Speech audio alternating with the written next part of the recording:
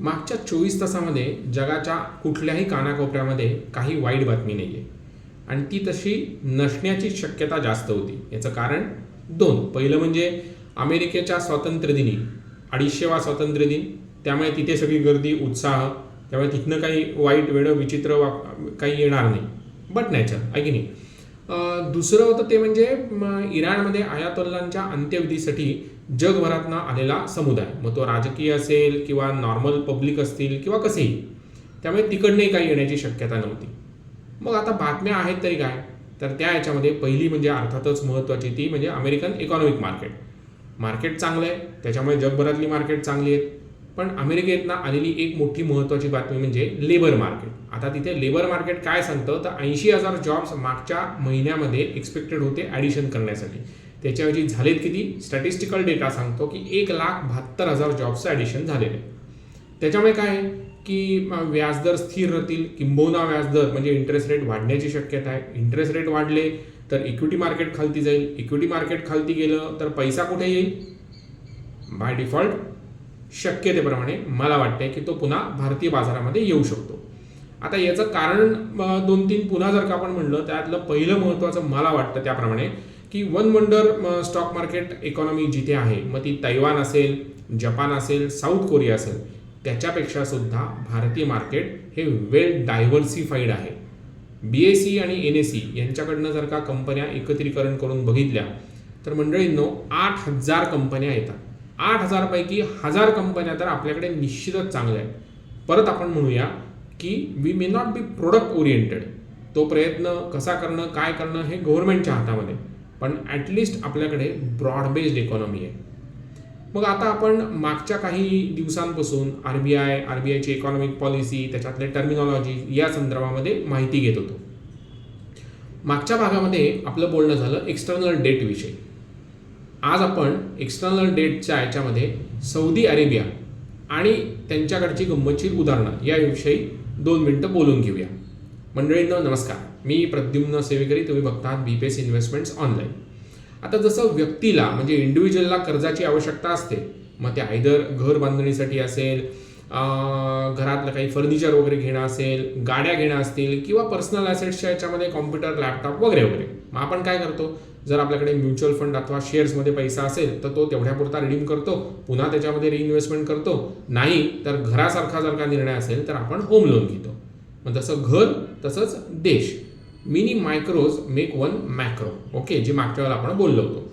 मग आता त्या प्रमाणामध्ये देश हा 2 प्रकारातनं कर्ज देतो. कसं तर इनलँड आणि आउटलँड. इनलँड म्हणजे इंटरनल डेट, आउटबाउंड म्हणजे काय तर एक्सटर्नल डेट. मग आता या याच्यामध्ये एक्सटर्नल डेटमध्ये त्याचं प्रमाण जर का GDPच्या याच्यामध्ये खूप मोठ्या प्रमाणावरती गेलं आणि हे एक्सटर्नल डेट जर का फक्त रेव्हेन्यू प्लॅनिंगसाठी म्हणजे नॉर्मल खर्च भागवण्यासाठी म्हणजे without creation of any future income assets हे जर का झालं तर तो डेटचा डोंगर आपल्या मानेवर, डोक्यावर बसायला सुरुवात होते आणि त्याच्यामुळे काय होतं, फिस्कल डेफिसिट हे सगळं वाढायला लागतं.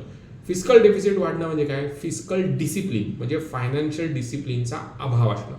तो झाला तर इन्कम जे काय मिळते म्हणजे there can be future loss of from the income streams. का बरं, म्हणजे आता असं लक्षात घ्या की नॉर्मल एक घर आहे, त्या घरामधनं फायनान्शियल प्लॅनिंग चांगल्या पद्धतीने चालत आहे, अचानक काहीतरी लक्षात आलं आणि वाटायला लागलं की आपण वेगळ्याच कुठल्या तरी ॲसेट्सकडे वळालो. मग वेगळीच म्हणजे काय तर फ्युचर ऑन ऑप्शन्स. मग याच्यामध्ये सेबीचा डेटा सांगतो, माझा नाही, सेबीचा डेटा सांगतो की याच्यामधनं लॉसेस होण्याची शक्यता सर्वाधिक आहे. झालं, त्या फॅमिलीलाही तसंच झालं. मग येणारं इन्कम हे फायनान्शियल ॲसेट्स तयार करण्याच्या ऐवजी लायबिलिटी भरण्यात गेलं. लायबिलिटी भरण्यात गेल्यामुळे काय झालं, टाईमलाईन म्हणजे जो वेळ आपला ॲसेट तयार करण्यामध्ये जातो त्याच्याऐवजी तो ॲसेट म्हणजे लायबिलिटी फेडण्यामध्ये गेला. तसंच देशाचं पण आहे. या ह्याच्यामध्ये आपण आज उद्या परवा जाणून घेऊया सौदी अरेबियाची क्युरियस केस. आता एक्सटर्नल डेट हे जर का GDPच्या प्रमाणामध्ये मोठ्या प्रमाणावरती वाढलं तर जसं इंडिव्हिज्युअलला व्यक्तीला प्रॉब्लेम होतो तसाच तो हा देशाला सुद्धा प्रॉब्लेम होतो. देशाला प्रॉब्लेम झाला तर काय होतं, इकॉनॉमी खराब होते. इकॉनॉमी खराब झाली तर काय होतं, इन्फ्लेशन होतं. इन्फ्लेशन झालं तर काय होतं की त्या चलनाचं महत्त्व कमी होऊन जातं. चलनाचं महत्त्व कमी होऊन गेलं तर काय होतं की आपसुकच आपल्याला मिळणारा पैसा किती असला तरी तो अपुरा होतो, कारण महागाई झालेली असते. मग सौदी अरेबियाचं उदाहरण काय असेल, तर ते म्हणजे पैसा येतोय पण खर्च तर खूप मोठ्या प्रमाणावरती वाढला आहे आणि आता we are at the cusp of the technological change. मग टेक्नॉलॉजिकल चेंज असल्यामुळे काय आहे की जिथून पैसा येतोय तो एका ठिकाणावरून येतोय आणि पैसा हा वेगळ्या ॲसेट क्रिएशनसाठी जातोय, पण तिथून ती ॲसेट क्रिएट होईल का नाही आत्ता आपल्याला माहिती नाही आहे. का, जाणून घेऊया उद्या परवाच्या भागांमध्ये. आणि हेच भाग आपल्याला नेतील सोव्हरीन वेल्थ फंडच्या याच्यामध्ये.